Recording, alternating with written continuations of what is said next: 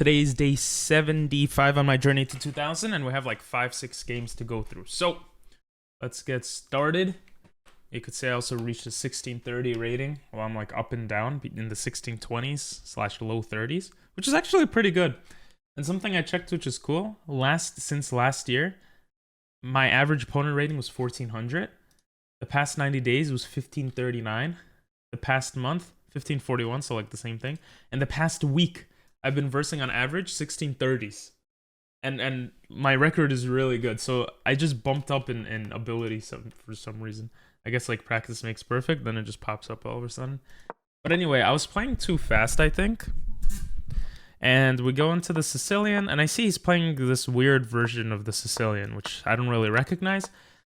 But I recognize that a lot of times in this type of Sicilian thingy, when they block off the knight and bishop access to the b5 square, you can't really do the normal things of attacking the queen side, and usually it starts off a little more passive, the bishop fianchettos, and then there's a king side push. So being aware of that, I end up playing all the book moves somehow, and I castle, and here they say don't even castle, like go straight for this attack right away, right? Because obviously he's not going to castle queen side, or maybe it's not obvious, but it doesn't seem likely. So instead of that, I castle, I bring my queen, and then I'm like, ugh, I don't like this move because now I can't push the pawn over. So I move it to the side, which is kind of cool. And stupid me, this is something I've been noticing in my own games. I go for like this one move trap, which is not going to get a 1600, you know? But I do it so often, and it just doesn't work.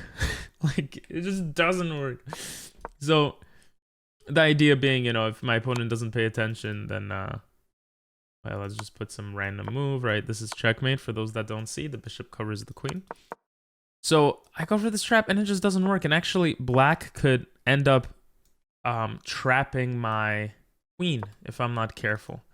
Something like this, and my queen doesn't, you know, my queen is like pushed into the corner, and they're showing that no.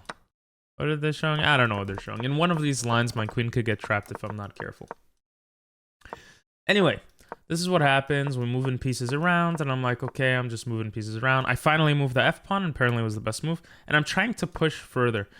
This is interesting because I should have just counted the material. It's a very simple like mistake, because after he takes, he's targeting a knight and bishop, and this is just losing, right? I lost 2 pieces. I only gained 1 and a pawn. But maybe I could drag his king out and do a quick attack, right? Maybe I could do that. Instead of that, my opponent takes, and I screw up. I take this way. Apparently, it was a screw up. I thought it was good because then I have this check. And I was right, which is why the king actually had to move to the side and let the pawn stay there. And it's actually like blocking. It's like helping him. It's like defense. Instead of that, he doesn't do that. I end up winning the knight back, and the game continues.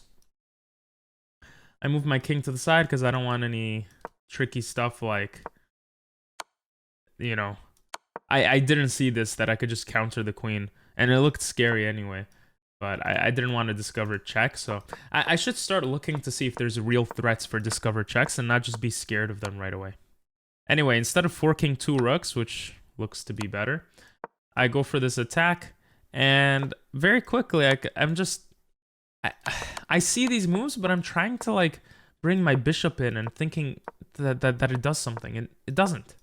My bishop can't really do anything. I start trying to push, my king's safety is kind of gone. And instead of doubling my rooks and trying to keep that file, I take and allow him to get the file, which is just terrible.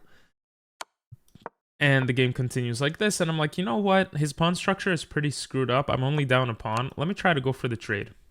For some reason, he trades with me. And here, if he didn't trade, I don't want to trade with him because I'm fixing his pawn structure. You see that? I say as if you guys don't know. Many of you guys know or see that. But anyway, so this is what happens, and I'm trying to get the king from pushing into the thing. And I don't know how I missed this move. Again, I guess I just didn't want the king to get into the thing. And the idea here is basically that I have a discovered attack on the rook in some of these lines if I'm careful. But if something like this, we could just trade everything off, and I could just push this to promote. Because that is a passed pawn, right? There are no pawns countering that pawn. Anyway, instead of that, I start pushing this pawn to make his rook go to the other side. I take. I calculate all that. And I'm just trying to push the king out of my area, trying to check his king so I get the passed pawn. Because I'm aware that it's going to be hard to defend my pawn. That's what happens. He has doubled pawns. I'm like, this is probably a draw, but I have to be careful. And he just blunders. And I win the rook and he resigns. Crazy game. Second game here. This is something I learned from watching Grandmaster games. A lot of times the bishop reroutes to this square, usually C7. For white is what I'm thinking. But a lot of times it'll come here to look at the center in a different way when there's a pawn storm. But now I control the center and I'm feeling pretty good. And I attack the queen and there's some mistakes and stuff, but we're not going to talk too much about it. Here I actually noticed I have a really strong attack and I probably don't want to move my knight because then it would result in trading queens, which doesn't seem good when you're being very aggressive, right? I saw this move, but that didn't make sense because I'm just helping him develop and my pawn is... yeah, everything becomes kind of useless. This is how I go about it anyway. And I'm basically threatening mate. This is mate. All the way back here. I recognize that him moving the queen is a super weird move. I thought he would move the rook, and then I'd be like, okay, I gotta be careful here. Because if I move my knight, you know, I'll probably have to start developing this, bring my rook in, and I didn't want to be slow like that. That's why I was attacking with the pieces I had. But he moves his queen there, which is why it allows me to kind of do all these moves. And he has to stay protecting the checkmate threat, or he has to trade. And finally, you know, I decide to take the knight because I look at these checks and bringing my bishop in to check. I look at something like this I calculate, and I'm like, the knight could start coming into the position to help. Like, I don't want to deal with that. Let me just get rid of the knight and come in like this. I win his queen, and then it's just over. I get checkmate. So that was a crazy... I'm surprised I won that game against the 1570. You know, like, I got an advantage fairly quickly. Here we go into the Scotch, and usually people don't trade the knight right away.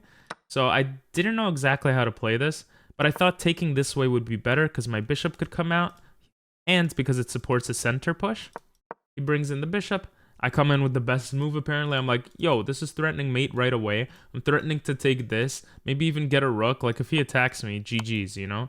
Actually, not necessarily, because the queen could stop and then my king is pinned.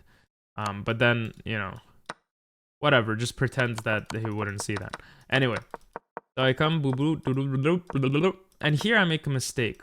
Instead of bringing the bishop in, I just should have developed the knight. I'm always scared, a lot of times scared of this push, but it's fine.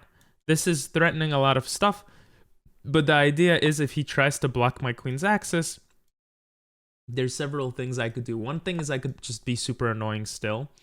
Another thing, I could take this pawn and threaten it to take later on. So I'll just show you guys what that looks like. Let's just say something like this. He can't... Oops, well, he would just lose it. He can't pin the knight because after castling, if he takes, he's going to get pinned. Am I dumb? Oh no, I'm dumb. The rook's not defended. Oh, never mind. Never mind. I was looking at some line where I thought I could do that. Oh, that's when the bishop comes out already. So assuming it looks something like this, okay? Assuming it looks something like this, right? And not in that order, but he takes the knight and then I could pin it like this. So there was some line with that. The bishop comes out, so the rooks connect. That makes more sense. Anyway, I bring the bishop out right away. I attack his queen. And then he attacks my queen, but he could have just started going for like an attack.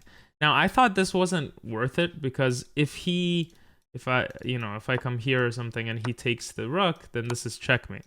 And I guess he was scared of that too, which is why he didn't do it. But apparently he could just kick my queen out and there are no threats anymore from me. And that's it. Like, I'm losing. He's going to pick up my rook and stuff, you know? So, yeah, I didn't see that. We end up trading queens. I come into the middle. We trade some stuff. Yeah, he loses that pawn. And then I'm able to fork here. And the interesting thing is it's not a real fork because this stops it. And if I go all the way back here, then he could actually just, you know, because I have to move my bishop, he could move his knight out of the way, countering the attack, I guess. And then if takes, the rook takes to take away the defender of the bishop, and something like this would happen, right? So very interesting, a little bit of a complicated game. My opponent playing super fast, and I think that's why he makes this mistake. He just blunders the fork, and I come in with this beautiful move, attacking the rook, defending my bishop, and after some trades, I blundered that rook, but I just, like, you can't win. I was very careful here, because I've made this mistake in past games. I was very careful to not take this pawn. And I was right to do so. And the idea, essentially, is that the knight can get trapped very easily and very quickly. And I just didn't want to do that. So I'm surprised by myself that I kind of saw that. I guess you make a mistake enough times in games, you kind of see the mistake. And a few moves later, he trades the knight, and he resigns. Because there's no way to make progress here. My king is attached to these pawns, so he can't push for promotion, and my rook will always prevent the king from attacking this pawn. I'm going over these games a lot longer than usual. Here we have a Vienna, and actually, thanks to Raj, who is a 1700, I didn't realize until later on in the game, I learned a lot more about the Vienna. Oh, I also looked into the Scandinavian defense, because apparently I lose a lot of games against it, and apparently people play super fast, and I get triggered, and then I get low on time against the Scandinavian, so I have to play faster or be more confident or something, but anyway. That's besides the point. He takes here. I know that's not a good move. And it's crazy. It's not that crazy, but I have an advantage here. Very small, and then it kind of evens out. After trading some pieces, I'm up a pawn, and I'm aware that my pawn structure is really screwed up, so I'm aware that this is probably a drawn game. It's really cool how you could start analyzing this stuff. Now here, I spent 30 seconds on this move, but I was thinking about it a few moves before. And the idea is, how do I protect this pawn? It's not so simple. If I try to protect it, you know, with this rook, the rook is literally just staring into the pawn. It's not doing anything else. He could bring this rook into the game. If I try to protect it with the knight, my rooks become disconnected, and it just looks awkward, and my knight is going backwards. I didn't like that move. So I didn't know what to do. I moved the rook here. And I think this is what started a very passive turn of events. My best move was to come here, because if the bishop takes, I have b7 getting into his position. And right away, he has to be careful, play a little bit more defensively. If he just goes for the pawn here and keeps going, and this is kind of the big move that I learned from analyzing this game. In the Vienna, a lot of times to counterattack when you have this screwed up pawn structure, because the Vienna kind of results in that, the way I play at least, you have to push the e-pawn forward. And the idea is that if the opponent takes, I mean, in this case, you're literally threatening mate, and that's why the rook on taking control of the b file is very important early on, I think. Well, one reason, obviously, it's just nice to come into the 7th rank. And the other thing is, if he just pushes, I mean, your pawn is close to promoting, right? I'm not saying this is the best move, and apparently it evens it out, but it's like, it's pretty cool. Engine says to come here. I guess what the idea is to double up the attack. I'm not entirely sure. Actually, I think it is, because then it's saying the rook comes here. And you have to basically spend a lot of resources to, you see, this is to get away from a check, I'm guessing. You have to spend, white becomes the one that's attacking. It's very interesting. Like, very interesting to me. And the idea here, of course, is takes, and mate. So you could have this really strong attack really quickly if you push the e-pawn forward and just break into black's position. Instead of all that, because I never knew that, I never even thought of that really, I play like this, much more passively. And I try to go for this trade, which would benefit me like crazy, because my pawns get, more fortified, my rook is still defending, and I'm going to win probably. I'm just a pawn up in this case. But my opponent's smart, doesn't trade. I come back, and he takes the center. And again, I'm playing way too passively, trying to protect everything. It's just not the way to play.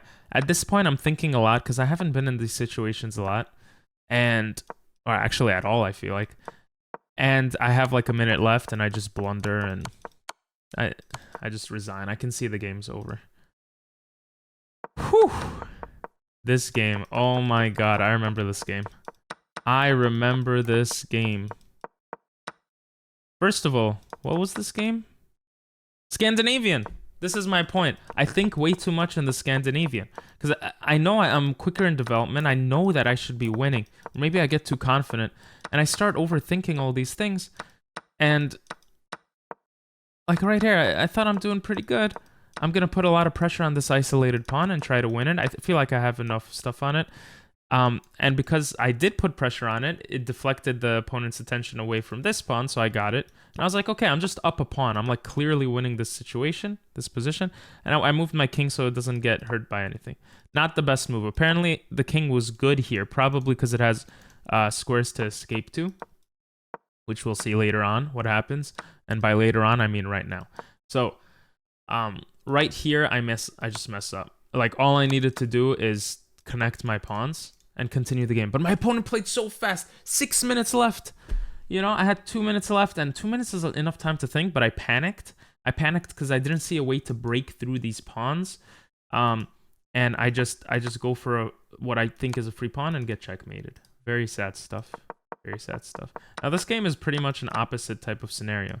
This is interesting. Apparently, I keep the tension so the queen doesn't come in, which I kind of recognized after I took the knight. I was like, why'd I take that knight?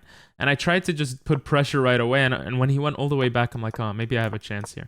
I end up fianchettoing my bishop and castling this way because I'm like, I have no idea what to do. And here, this is kind of interesting. I saw this, and I thought, oh, this is just winning for me. Right? I lose the rook. It's going to be close, but looks like it's winning. But what I missed was this fork, was one thing I missed. And the other thing is, instead of taking with the bishop right away, you could go for the fork. And now you have two defenders of the pawn. So I missed these like, and my opponent missed them too though. I missed these like cool tricks. My opponent moves the knight back, and I trade because I need to trade. I'm in a bad position. And I try to just have this quick attack on his king. Again, my opponent is playing super fast. Also, you know, this is the frustrating thing with me. For me. We take, and here I considered this move, but I didn't like the idea that the bishop could move with a discovered attack. I don't know what I didn't like, actually, because that's not so bad. I'm just taking the queen. Anyway, this is what happens. He ends up winning my rook, and I'm like, this is not looking good at all. And here I'm like, you know what? I think I have a chance. Because it's not so simple. I could push this pawn at a certain point and break through the position and even, you know, threaten mate. I have to keep the queen on this diagonal, which is why I moved it here. I considered this bishop move, but I didn't do it because the queen checks me and it just looked annoying. This is how the game results in, and now I push the pawn. And when he took, I was so happy. I saw this move, and I didn't know what I would do here, to be honest. I had no idea what I would do if he brought the queen back. Apparently, you know, I could probably just trade, and then it's an even game, which makes sense because, I mean, does it make sense? Well, because I have this pawn majority on the king's side. Anyway, he doesn't do that. Instead, he creates a puzzle for me, and I calculate this. This is what I calculate. Boom, boom, boom, boom, boom. Boom, but I can't do that because it's pinned. So boom, boom, boom. I calculate that, and then I start calculating, oh, what if he takes with the other pawn? And this is just mate. And then I calculate, what if, you know, he pushes this pawn? I calculate some of these things. It's just, you know, the battery is really important, strong, and a lot of people miss this, me included sometimes. Just the fact that when a piece is pinned, it doesn't mean it's still doing nothing, you know? I missed this like idea in my games before. And this bishop is still doing something. So this was a cool puzzle type thing that I figured out. I didn't see this idea of the rook coming in. But I'm like, yeah, this is just GG's. I literally was like, oh my god, this is so exciting, because I noticed in puzzles like queens can't go everywhere. I like around here I calculate and I'm like, no, there's no way. Here I calculated 40 seconds to take. I'm like, there's no way. Even if he takes it, the queen can't go anywhere, so he's gonna have to sack the queen, and then I'm gonna win. And he didn't sack the queen. I get the mate. That was a cool game. I hope you guys enjoyed. Say Canada in the comments if you watch this far. Really appreciate you guys, and have a great one. Bye bye.